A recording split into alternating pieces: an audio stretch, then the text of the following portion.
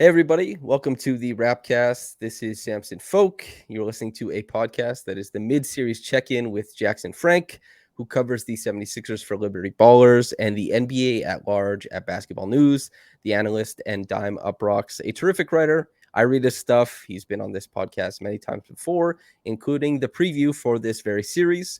His prediction, Sixers in 6. My prediction, Raptors in 7.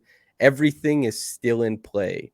Jackson, how are you doing? What are the big things you've noticed about this series so far? I'm doing well. I don't know if I expected when I said Raptors, Sixers and 60s. I don't think I projected it to, happen this way. Just like I can't imagine you projected, Raptors 7 to potentially unfold this way as well. But I'm good. I think, when I look at this series, I think you have to say that the style has very much reflected what the Raptors want to do the last three games. Even game 3 when they lost, I thought things were a little more in their favor in terms of the tide and the tone. And especially what stood out in game 5 was the way that they're not crashing the glass offensively much. They're still getting some offensive rebounds because they're having maybe a couple of guys lurk, if a long rebound happens.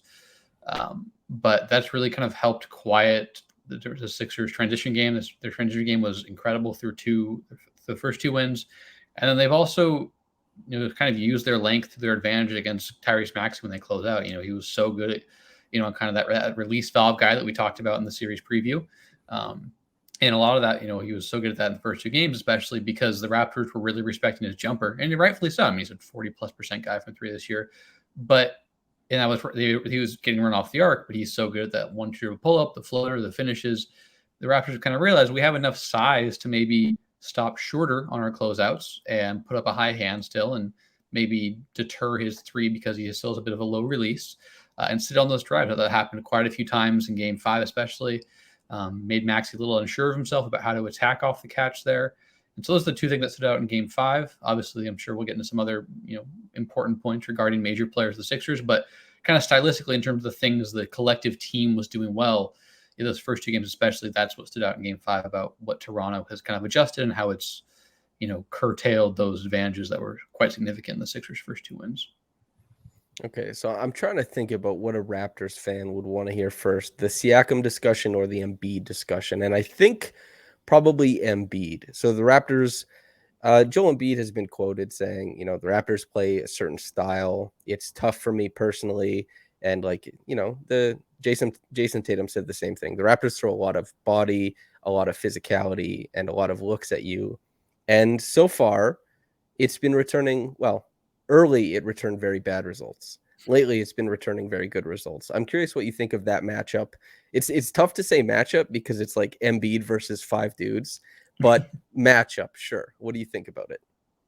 Yeah, it's a tough discussion in general because I don't know how much to balance the Raptors, what they've done well, because as we've noted, they've generally given the general kind of wing heavy roster they've had and handsy roster they've had for the last few years has always given Joel issues. But he looked so good in those games. I thought he even looked good in the first 3 games. Like, I know he didn't score well in game 1, but I thought he was good. I didn't really have an issue with him. But since then, going back to the thumb injury, he hasn't looked good. So I don't know how exactly. Like, I think they go hand in hand to an extent, right? I think the fact the Raptors are so aggressive with their helps and their digs and being handsy, maybe that deters or dissuades Joel from wanting to attack so much because he does have the thumb injury. But at the same time, I think independent of any opponent, he might be a little less aggressive just because it is because his game is it's predicated on jumper and handling the ball and things like that, that I think his volume might be lessened regardless. So I don't know exactly how to kind of balance those things, but what I think the Raptors have done well is it feels like their help has been really aggressive. Like, and even in the first half of game 3, when he struggled, I think he had 4 of his 6 turnovers in that first half. They found success by like really quick and decisive doubles rather than maybe he's really good when he can see the double coming and read it and just pick it apart.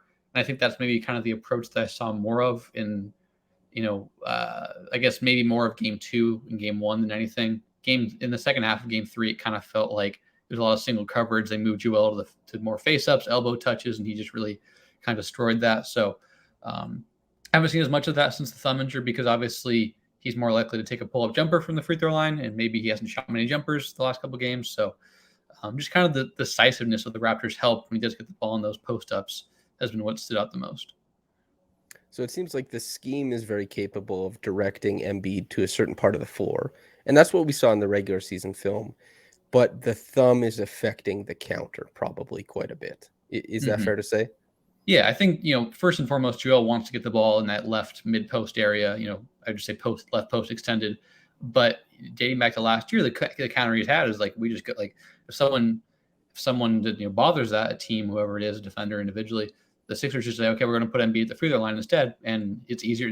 Doubles can come easier, but passing outlets are increased and easier to read. And he's become so good at kind of those 1-2 dribble pull ups and just that shot fake as well. But I don't know how many jumpers he's taken in the last couple of games, but it's not very many, I would say. And I think a lot of them are just like end of clock. The ball comes his way beyond the arc, and he kind of has to take it. So if he's not really a threat to shoot off the dribble, they can't run that as often. So yeah, I would say that, that's a counter, as you said, because the mid post has not been super fruitful for him in this series. Even though he was very good in the first 3 games, it wasn't like he was dominating from that area primarily. Mm-hmm.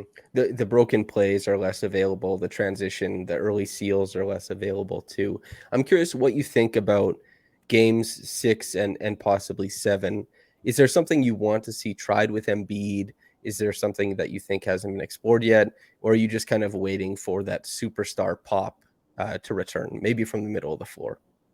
Yeah, I think I think you would have to maybe want there to be a little more pick and roll game. It seems like that's been an action that's worked well, and the best action the Sixers have, combining James Harden and Joel Embiid, is that Chicago action, right? The pin down into the dribble handoff. But the issue there is Joel still has to make a handoff, likely with his right hand. And so it's one of these things that permeates through basically the entirety of his game. And I'm sure we'll get to the defense later as well. But like if he knows that he's going to have to make a dribble handoff with a OG or a Precious or a Pascal digging in there to try and muck it up, he doesn't want that hand to get hit. And so that's an issue as well. Like they don't really run a lot of just high ball screen stuff because Harden doesn't have the burst these days to just create from a standstill, right? Like if they run a high ball screen, the Raptors can just hedge it, they can show, they can switch, and then it's kind of neutralized. Whereas you get Harden on the move downhill, it's a little tougher for the Raptors to navigate that, or anyone for that matter. So that's the big counter. But I don't know how plausible it is because, as I said, it requires Joel to put his hand out there for a defense that is quite good at breaking things up and being handsy and whatnot. So it's not an easy solution. I think regardless of what change they make, he's going to have to be more aggressive, I think. But making those changes, whether it's an actual change or just taking more shots and being more decisive, isn't necessarily just an easy fix, right? It's not like he's just a player who's been a little quiet. You need him to get it going. He's dealing with a torn ligament in his thumb, so it's not an easy fix. Mm-hmm. This brings up, we'll just do the full Embiid thing now. We can talk about the defense, but the defense, I think, starts from fatigue, which also stems from the offensive approach. Well, the defensive approach of the Raptors, it bleeds into the other end. And switching a lot of those pick and rolls, even the Chicago action, right? The Raptors will switch across the top of that, provided they have maybe it's OG and Scottie involved in it. And then they don't have to be scram switched out of the Embiid stuff. But Embiid, everywhere he goes on the court, he's getting pressure and he's getting resistance. And he's very clearly fatigued and he's getting like gassed in some of these games. And defensively, we saw the fever pitch of that in game 5, where Embiid in game 3 not only was an offensive superstar, but sealed off the rim to everybody. Like, as I said in my coverage here and elsewhere, is that this is the same guy who shut down the rim for Kawhi and Kyle and Siakam and everybody on that team, a championship team. He certainly can do it against these Raptors. But in game 5, got tired, started kind of waiting out past the paint.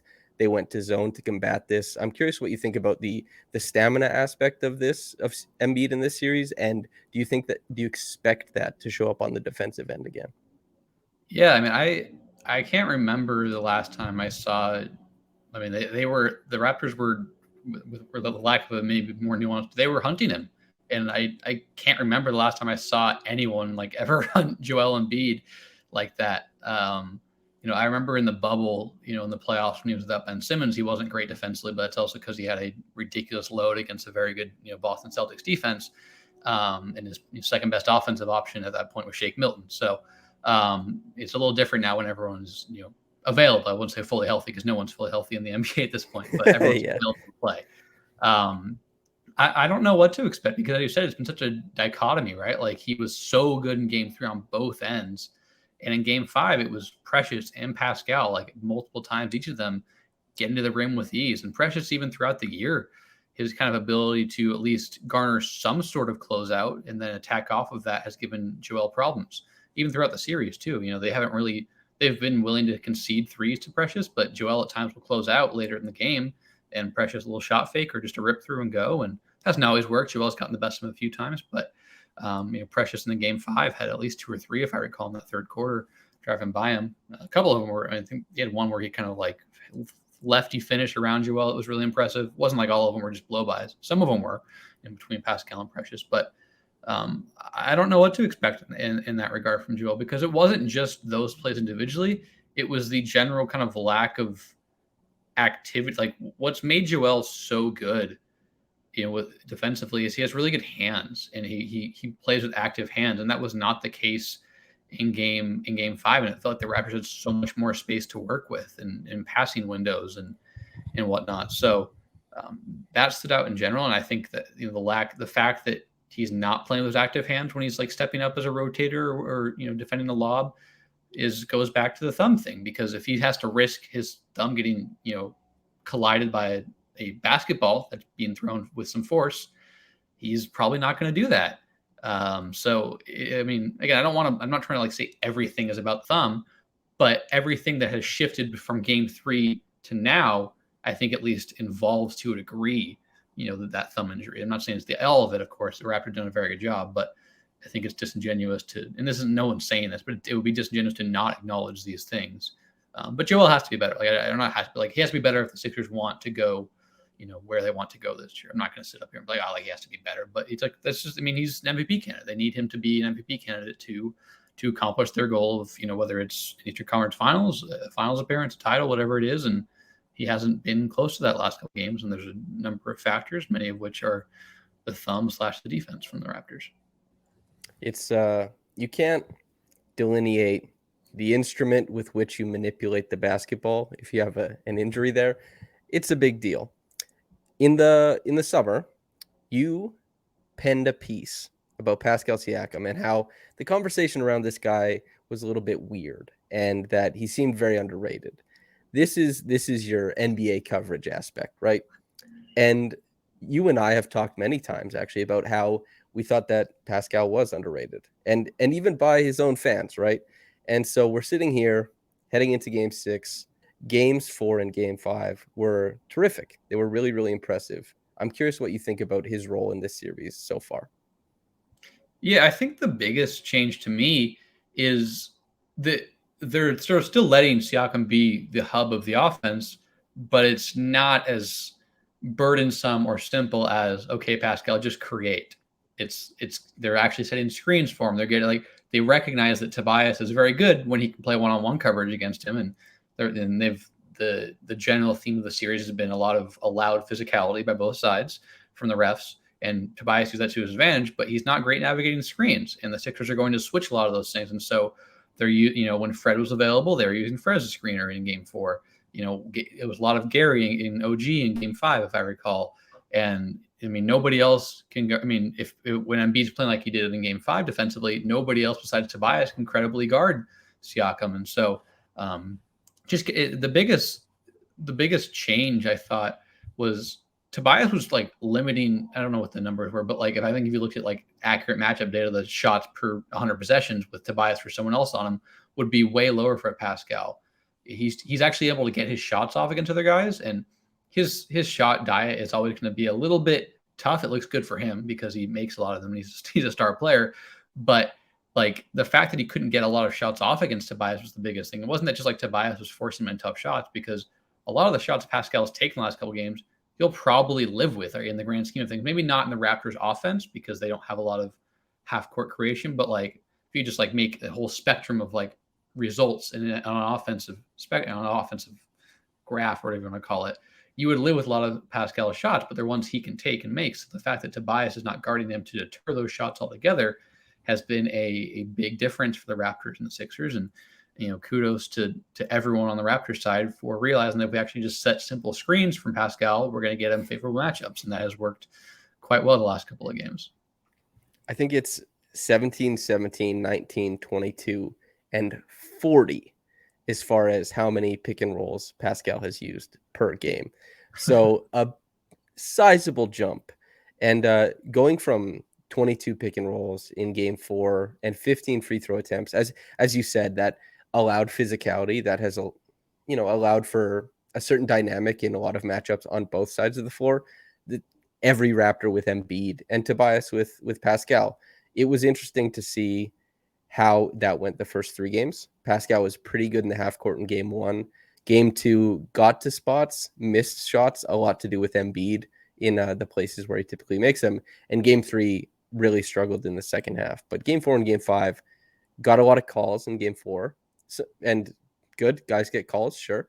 And game 5, only 2 free throws, but those screens freed up a lot of space for him. And it seems like he's starting to get a pretty good read for the stunts and rotations of the 76ers defense. That's my biggest takeaway, is the assist to turnover ratio is also trending in a very positive direction as well. Mm-hmm.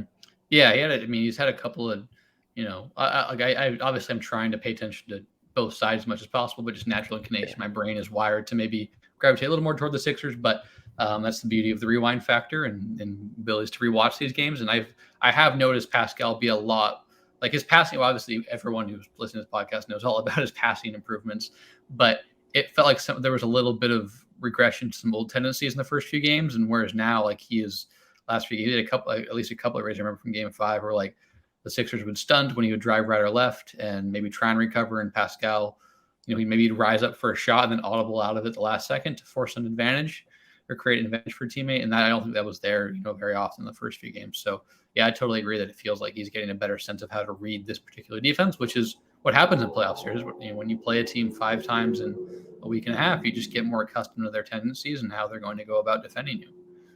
So if you don't mind, put on the coach's cap. Let me ask you to do the same. If you're the 76ers, and it seems like Pascal is kind of gaining momentum in this series, he sees the scheme you've been throwing at him and is starting to have really good reads for it. But as you said, the shot making is that's a really tough diet he's on. Do you just bet that you stick with that tough diet, or are there changes you're looking to make? I think you look to make changes because a lot of the alternatives in this Raptors rotation at this point is just also tougher shot making, right? Like, yeah. OG's had some really impressive stuff, impressive buckets and whatnot, but I think you'll live with those over Pascal, right? You'll live with the good starter over the guy who might make an all-NBA team this year, right? Like, it's just the matter of situation. You'll live with Gary making 20-footers over a contest. Like, it's just, that's who Gary is, but it's also, you'll accept that. You'll live with a Kem Birch floater from the baseline, which hasn't really been going in, but it's a shot that tends to kind of happen every now and then in these games. You'll live with, I don't know if you live with Precious, attacking the rim for easy dunks, but you would probably live with, you feel, I think you'd feel better as a Sixers if Precious is making a decision as a scorer versus Pascal, right? Like, of course, if Pascal is igniting that decision by forcing the defense into rotation, that's a different story. But, from a standstill, you feel much better about Precious trying to create than Pascal from a Raptors or from a Sixers perspective, excuse me. So what I would try and do, and I don't know how plausible this is, and it's probably easier, said than done, but a lot of pre-switching was what I would try and do is when you and that requires a certain level of attentiveness, right, from the defense and the coaching staff. But when you see someone start to kind of shift over to set a screen to get Tobias off of Pascal, you're telling Joel or Danny Green, who I think are the 3 guys you would feel best about guarding Pascal, right? To different degrees, but you don't want Maxey, you don't want James Harden on him, you don't want George Niang, Paul Reed I think is okay, but like he's only going to play 8 minutes a game or whatever, so it's kind of an inconsequential factor here. But the pre-switching, right? So you see a Gary or an OG or even a Kem, come up to set a screen, you're telling Joel or Danny, to go scram out Maxi. I guess I don't know exactly what the proper linear proper verbiage is, but you're telling Maxi to get over to whoever it is and whatnot. And obviously, there's a ripple effect of that, because then you leave a mismatch to maybe allow an offensive rebound. Now, I talked about the Raptors emphasizing offensive rebounding less, but sometimes you're just smaller than the guy you're trying to box out or get a rebound against, and so that leaves you in a tough spot if it's a Harden or a Maxi trying to box out an OG or a Chem or a Scottie. We haven't really talked about Scottie, but obviously, the guy has a really good sense of timing and space and things like that. So that's what I would try and do. I don't know how realistic it is, but I think you can't concede these times where Pascal is backing down a Harden or a Maxi with no direct help or things like that. And so I would just be really attentive about who is the defender of the screener for Pascal. Good. That creates as you said, how that happens, what that looks like, and if it can be executed at a high level. That's why they play the games. But it does create a parallel to the Harden and Max, the relationship between overloading on Harden and giving Maxi avenues, big gaps to punch, and how that changed fundamentally after game 2. And we've seen, Maxi, whether it's young players, role players, once their shot diet changes and they scale back, it starts scaling back hard.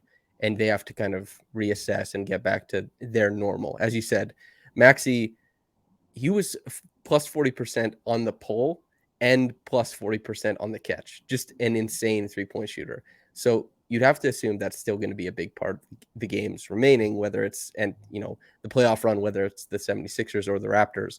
But the Raptors stopped shading as hard on the Harden drives and made it so that if you're going to get the advantage, Harden, go earn it. We will not grant your playmaking wizardry the automatic, here's the play. And I'm curious what you've thought about Harden in this series and Maxi and Harris working off of it. And then probably once that adjustment was made, what you thought about Harris and Maxi working kind of independently with their own screen game instead of just attacking advantage. Yeah, I mean, that's a big, adaptation, alteration, whatever you call it, from game 2.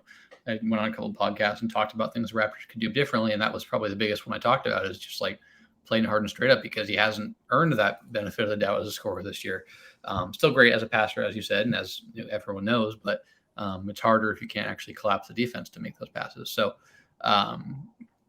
yeah, I mean, I think Harden has very much struggled, and you've seen kind of, the longstanding issues with Harden, even, when he was at his physical, peak in terms of explosiveness and whatnot, was he wasn't a very good off-ball player. But it didn't really matter, because he was, arguably the greatest, I would say one of the best individual creators. I don't want to, slight a KD and a Steph, LeBron, of course, but, top 4 individual creator. And so it's like, okay, he passes up, catches at 3.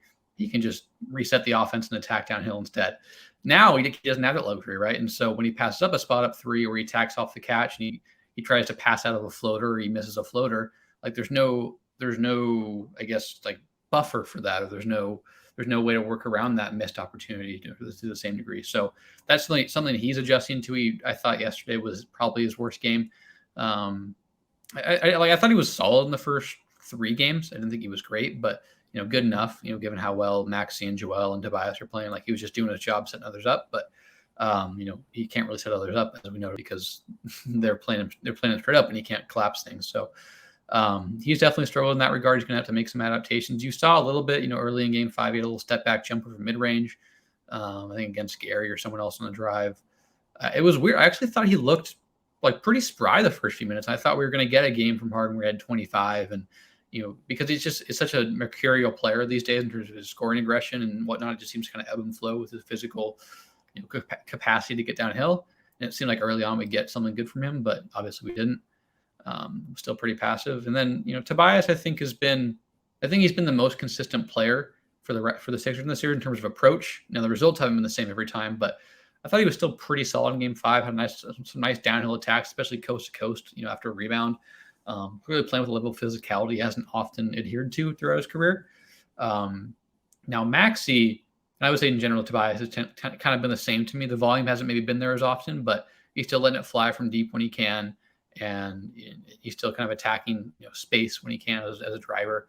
Maxey, you can tell there's a like you can see the gears turning these days when he attacks off the catch, and that didn't really seem to be the case in the first two games, especially where it was just like he knew exactly what to do. He knew exactly how to read the defense. Like he had clearly studied how the Raptors had defended him and generally players off the catch in the regular season, and he was ready for that. Now they've shifted, and as we mentioned, he's a very good shooter, plus 40%. I think he was third or fourth in 3-point percentage this year overall, but he's a 6'1", 6'2" guard with kind of it's at least it's a lower release point, right? It's not, he was in a similar class in terms of percentage to Desmond Bane or Cam Johnson this year, but he can't shoot over those guys, over contest like those guys can, right? With Cam being tall and Desmond having the really elevated release point. He doesn't have a really tall release point. He's short too, in the grand scheme of NBA players, right? Not, and he's a, you know what I mean? So that has really kind of caused him issues. And when he tries to attack off the catch, he has less space to get into his gather for the one or triple pull-ups and stuff. So, and he's an okay passer. He's gotten a lot better since he entered the NBA, but he can't make a bunch of he can't attack off the catch and then see Tobias open on the weak side wing and rifle a skip pass over his head. It's just not his game, especially given the size disparity between him and the Raptors' wings and length. So he's struggling.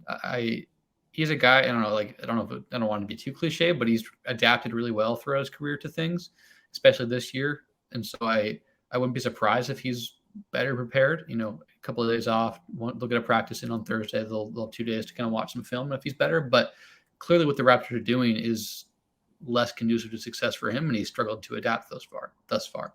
So my question for you then is: are you expecting something? Which way are you expecting these matchups to break? The rotation that has been really on par and the 5 guys on a string ethic that the Raptors have been able to follow and execute, are you expecting that to hold up? And on top of that, guys like Pascal, OG, Precious stepping out on Harden, forcing misses, forcing turnovers, and forcing dead possessions. I think it's 104 possessions of OG on Harden so far and 70 team points scored. And I'm curious what you think is going to happen with those matchups, because it's easy to see a path where Embiid is just deeper in the paint and crushing the Raptors. It's really hard for me to see Harden or Maxey manipulating heavily at the point of attack, I think something they've gone away from that's really contributed to the lack of consistent impact from Harden and Maxey lately has been that dynamic two-man game they were running early on. Whether it was Maxey screening for Harden or vice versa, Doc has shifted how he's staggering things. He's given Harden a lot of bench-heavy lineups. I think that lineup they opened with in the second quarter that was disastrous for the Sixers was, I think it was Shake, Harden, Niang, Matisse, and Paul Reed, which was awful. I mean, Matisse won't play in Game 6, but the way he played in Game 5 shouldn't earn him a rotation spot in potential Game 7. So you've got to go back to that. I think the way Tobias is playing, it makes sense to play off of Joel as well, whether it's the quick catch and shoot threes or attacking downhill with such physicality and force. And then with those two, I think with Maxey and Harden, you want to get that 2-man game going again. And it's weird because some of the, when they were doing a lot of Zoom availabilities last year, and I was able to, be in a lot of Doc's pressers, he would talk about the idea that if we have a play or something that's working, we're just going to keep running until the defense stops it. And the lineups they were running through the first 2 or 3 games were working. The Maxey, Harden staggering, the Joel and Tobias. I don't know if it was Joel and Tobias, but Maxey and Harden together, and they just kind of that rotation pattern just dissolved. And so it's really weird. And this isn't to say that Doc is the only issue, but one thing I thought Doc did very well in the first couple of games, especially, was he's put his players in very good position to succeed, whether it's role or the lineups. And recently has not done that very much. And so that's definitely playing a role. And so I think the way to get at least one of them going would be to kind of go back to that lineup in those 2-man games. And because, even late in Game 5, they started to play Harden off the ball and play Maxey up top. And not every possession was great, but Maxey's a level of speed and explosion that the Raptors still can't contain at the point of attack. Now he has his own issues. He's not a great passer. He's still going to maybe struggle to finish when the defense is more set as a driver. But I think you could see more of that as well. And I think you can still incorporate, it doesn't have to be Harden in the corner, right? You can still use Maxey on the ball, and see what you can get both of them going. And so those are the changes I would expect to make. But yeah, I don't think expecting Harden to be a guy who goes and scores 28 in game 6 is reasonable for anyone. And so I think it's just going to come down to Doc doing a little more to get those guys going, and also those guys just being better. Like coaches can only do so much. I don't think Doc has helped the last couple of games, but the fact of the matter is, doesn't have a very deep team, and the guys that he does rely on aren't playing that well, and so it's a tough position. But he certainly has kind of exacerbated some of the issues recently. Okay. Every podcast I do with somebody from outside of the Raptors sphere, I have to get the Scottie temperature check, just because everybody wants to hear about Scottie, what people think about Scottie. So rookie of the year in this series, comes back from the injury, was really great in game 1. I think really helped the Raptors with that. You're talking about loading up on Siakam and pre-switching in game 5 or going forward, and just being able to take a guy like Maxey or Harden in the post a couple times the way he did in game 5 is helpful for that pre-switching. But Scottie, Jackson Frank, thoughts? Yeah, I thought, obviously game 4, he was, he maybe tweaked the ankle again on that, tripped over Paul Reed's leg on a screen. I thought he was obviously very passive. Took a couple of kind of weird threes that you just, I know Scottie can take some stuff off the dribble, but didn't really feel like in the flow of the general Scottie threes that I've seen this year. Now, I didn't watch every game, of course, so can't speak for that, but just felt a little like he wanted to get his shots up, but didn't feel comfortable playing his unorthodox, unique post-up style. We saw more of that in game 5, as you said, being a release valve when the Sixers tried to switch, on Siakam or whatever. And so I thought he was good. Had some nice plays at the point of attack against Harden. Had one play I recall maybe in the second quarter, but slid pretty well, stayed on Harden's hip and, funneled him to help. And there's a blocker, a really tough finish for Harden that didn't hit rim. So definitely looked a lot better in game 5, just in terms of his willingness to kind of exploit those mismatches. He's a really good mismatch scorer. Him and Pascal are similar in that way, that you put a smaller guy on him, they're going to seek contact, play through it, and finish through it with that nice touch from about 15 feet and in. And so you saw some flashes of that have been there that were important to him winning Rookie of the Year. So and then I thought it looked just better at the point of attack. He still has some issues at the point of attack, but I thought his ability to kind of just use size and put size up there against a Harden or even a Maxey or Tobias was pretty beneficial to the Raptors, holding the Sixers to whatever it was, 85, 90 points. I don't recall exactly, but not many points, especially after the first quarter. Yeah. Okay, Jackson, you said Sixers in 6. I said Raptors in 7. Do you want to amend that prediction? If so, why? If not, why? Yeah, it's tough. I think I'm going to stick with it just because, I know Joel has not been very good or particularly aggressive the last couple of games, but just having covered him for half a decade, I can't see him playing like this for 4 straight games. And I think even if he's just more willing to kind of get deep position, and I know deep position hasn't really been an issue, that's where he's gotten the most of his points the last couple games, but to work for position more consistently, or go back to that face-up stuff to kind of collapse the defense, it'll help everyone. Even last year, even against the Hawks, he wasn't, he was very good overall, but still had some bad turnover stretches. And, that's scoreless game 4, or whatever it was, when the Sixers, one of their first blown leads. I just can't see him playing like he did. Maybe the defense continues to be an issue, but I just think he's going to be more aggressive offensively. And doesn't mean all of a sudden he's going to have another 35 point, I guess 33, but 33-point game. I say only 33. That's not a lot of points against a top 10 defense. But I just can't see him playing that way. And I don't want to be too cliche, but again, I've covered him for 4 or 5 years now. And, he is not a man who makes errors of omission. He makes errors of commission. He's going to miss shots, turn the ball over, foul, do things. And those aren't necessarily good, but I just can't see him playing like he did in games 4 and 5. And I think just being more aggressive will open things up. And, I think the Sixers also, they didn't get very good shots in game 4 or game 5, excuse me, maybe even both games. But, obviously the Raptors had an advantage there, but they also missed a lot of good looks. I think there was a 35-minute stretch where the only guy to hit a 3 for them was Danny Green. Now, Danny was quite good in game 5, kept them afloat for a little while, but I thought they got much. I thought their offensive rating was not as indicative of the poor showing they had. I thought it was still a poor showing regardless, but I just expect things to go better. And like I said, I started with Sixers and 6. I got to stick with it for now, right? So I'm gonna stay there. I think we're both gonna sit in a place where we stick with our predictions, because I think it'd just be really funny if I said Raptors in 7 and then it was this version of winning in 7. I mean, how could you not turn that down? And also, I'm wondering if the Raptors are going to have a big shooting game.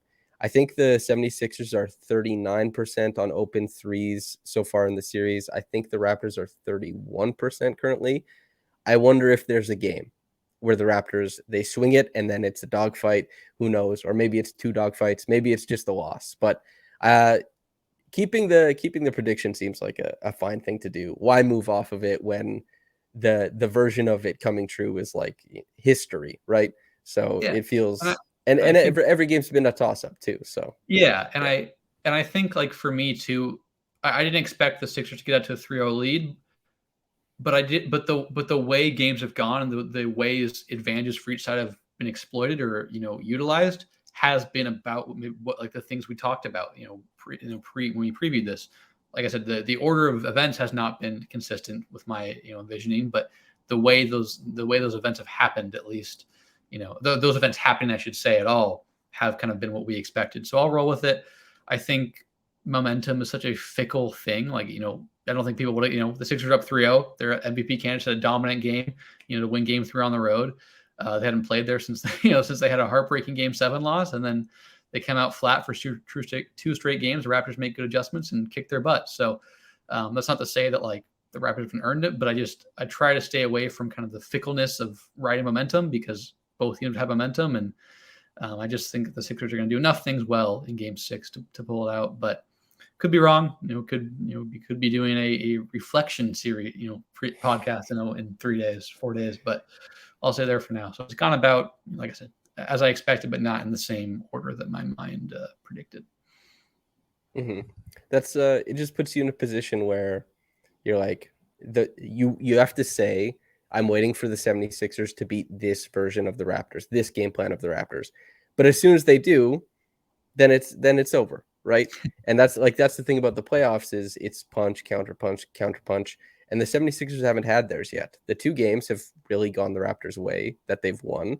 And we haven't seen the counter punch yet. If it comes and it's good, then it's over. If it doesn't, then it swings the other way. But Jackson, I think that's the issue. Doc yeah. Rivers is not the most. I mean, he made some good initial moves to open the series, but counter adjustments, have not his strong suit in the playoffs. So maybe they don't come, and if they don't, the Raptors will win this series. I'm not going to like be overly definitive in that, but that would be my prediction. But I just think there's going to be enough, things on the margins to swing it back in the Sixers' favor for one game. But like I said, if those things don't happen, then I expect I'm not going to be definitive in it, but I wouldn't at all be surprised is how I would say that they're the first team to blow a 3-0 lead. But I don't want to predict that. It feels like a too bold of a claim. That's not really my shtick. As somebody who Harden is one of my favorite players of all time, as is Joel Embiid.